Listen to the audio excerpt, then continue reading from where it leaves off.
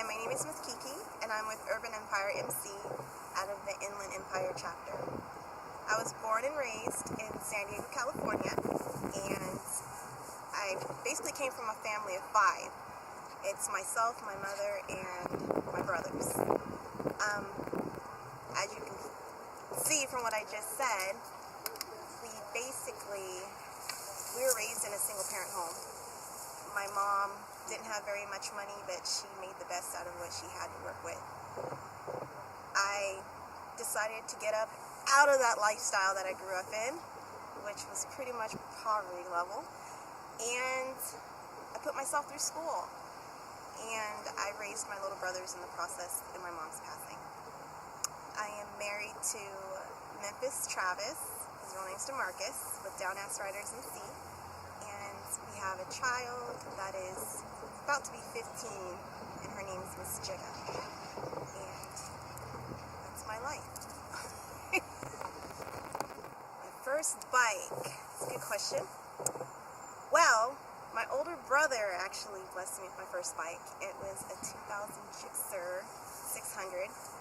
It was silver and blue, and boy was she pretty. My brother put all these lights on there for me, all the bells and whistles. This was pretty much before I knew what kind of rider I wanted to be. At that point in time, I kind of had the mentality of, if you're on top of a bike and you're riding from point A to point B, you're a rider automatically. I mean, in the sense of the word, you are, but in this biker life, there's more than that. I mean, you got stunners, commuters, knee draggers, track racers, you know, there's different categories, and I found my home, I found my place. I love riding the racetracks. I love to race against my husband. He races as well, and I'm very competitive, and no, he does not always win.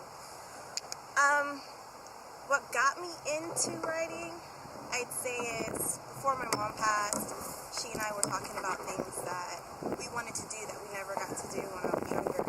And my older brother rides as well. He's part of my riders. And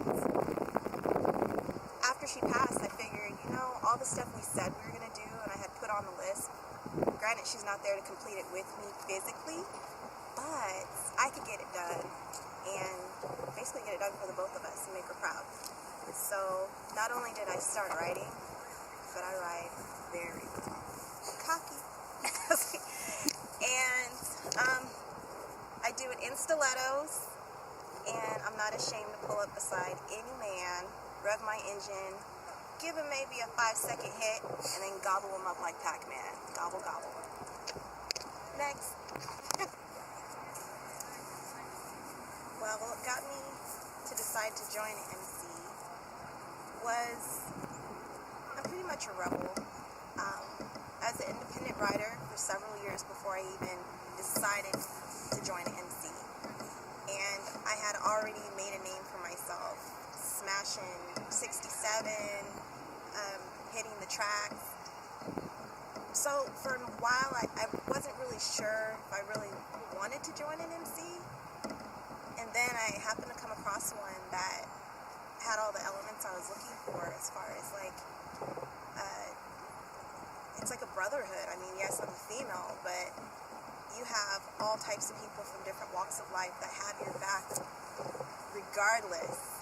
And for me, that's huge, because I'm a huge family person. As I said, I have a husband and a daughter, and I wanted to be a part of something that loved me for me, but also cared enough about the community to give back, because I'm really into self-improvement and bettering your surroundings and giving people second chances. You know, if people stop giving people second chances, then you might as well say no one ever has another chance, you know. And the motorcycle club I became a part of is Urban Empire, and they do a lot for the community, and I'm really proud to be part of that club.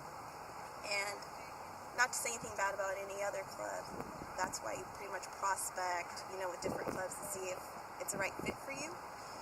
And I don't know, basically I joined the club because it seemed like a great fit for me. No regrets here. I own a business called KSD, And basically when I started out, I figured after I got my degree, you know how some people, they obtain their bachelor's and then they never really utilize it. They pretty much just work for someone else the remainder of their lives, and they're helping someone else accomplish their own dreams, make their dreams become a reality. Well, I saw it as, why am I going to work so hard to make someone else's dream become a reality when I can build my own empire and do such a great job where I have a solid foundation for my child, her future children, build something. And that's pretty much where KSD came from.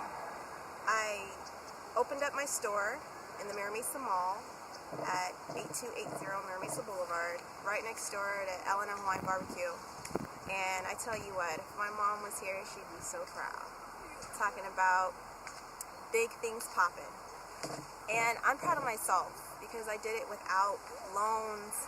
I did it all by myself.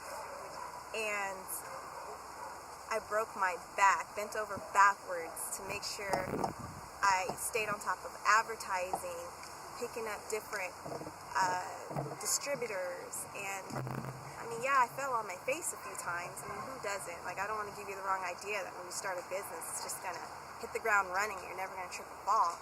But the beauty of it is we all fall, but we get back up, right? So, yeah, that's what I did. I fell a few times, and I went back, re-strategized, and hit it again even harder.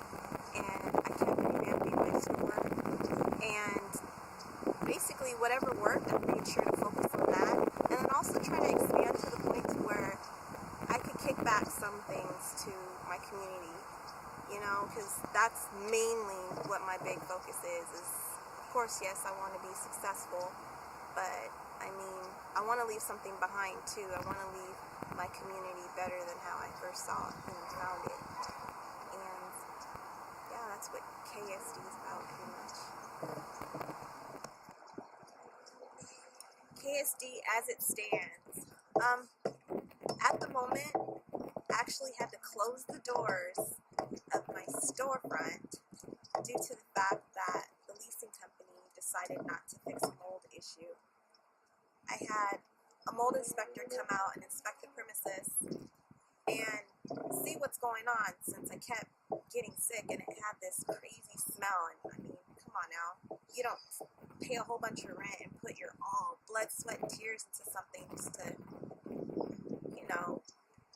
watch it just crumble and fall. So of course I wanted to see what's going on, and found out it was infested with mold. My landlords didn't want to do anything about it, so I decided to take a stand. And by taking this stand, I sent them the information showing that it is in fact infested with mold and uninhabitable. I moved all my merchandise into storage, and I boycotted paying rent, effective September. And this was huge for me, because like I said, I poured everything into making this company work. But as I told you before, I mean, sometimes you fall, but the important thing is you get back up. And I'm no different than anybody else. If you want something bad enough, you gotta fight for it, regardless of what's on the table or, what exactly is in your way. I mean, just push through it. Well, closing my storefront, that was one of the hardest things I had to do, but it doesn't stop me.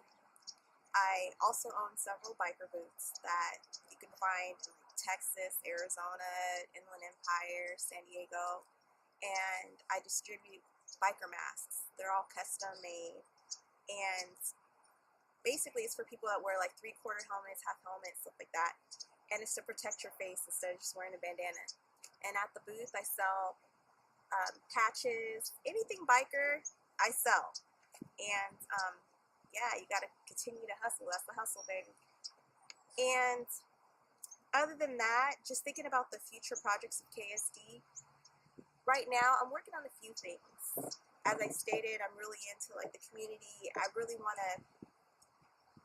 to be a part of something great. And when I say something great, I'm talking about helping shape our future generation toward a positive light. I'm so tired of kids looking up to Young Thug and Iggy Azalea and all these other people thinking that's the way of life. You know, you gotta alter your looks, you gotta talk a certain way, act like you have no education in order to be accepted, twerk like, you know, it's gonna make you a CEO someday.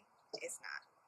So my point in saying that is I'm trying to get something off the ground, which I think would be so tremendous, to father-daughter dance. And of course, it's not going to just stop there. I want to do a mother-daughter dance, because also young girls need to be able to look up to their mothers. And nowadays, as you see, mothers are getting younger and younger. I mean, you see 15-year-olds with moms that's, like not even 30 yet. So, I mean, nothing against that, but I'm just saying, like, we gotta really be hands-on with raising our kids even more. You know, back in the day, people used to say it took a village to raise a kid. I mean, that hasn't changed, and we all need to do our part. So basically, with this whole concept that I came up with, I want it to be like a prom type of theme. I want the fathers to get dressed up in their nicest attire.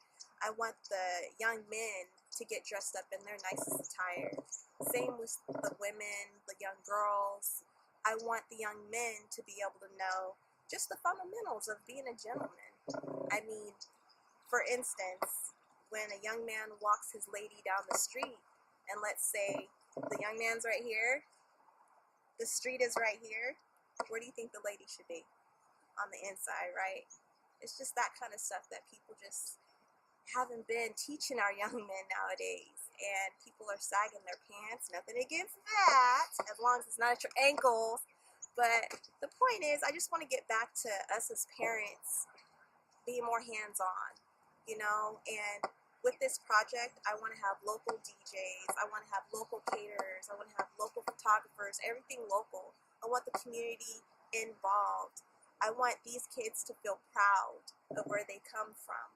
I want these kids to aspire to be something more than what they are today, or how they, like, let's say they grew up in the projects. I want them to understand that just because you grew up there doesn't mean you have to stay there. I want them to want to have more when they grow up, and actually not just turn their back on where they came from, you know, turn around and be like, hey, I'm going to help out, I'm going to do my part.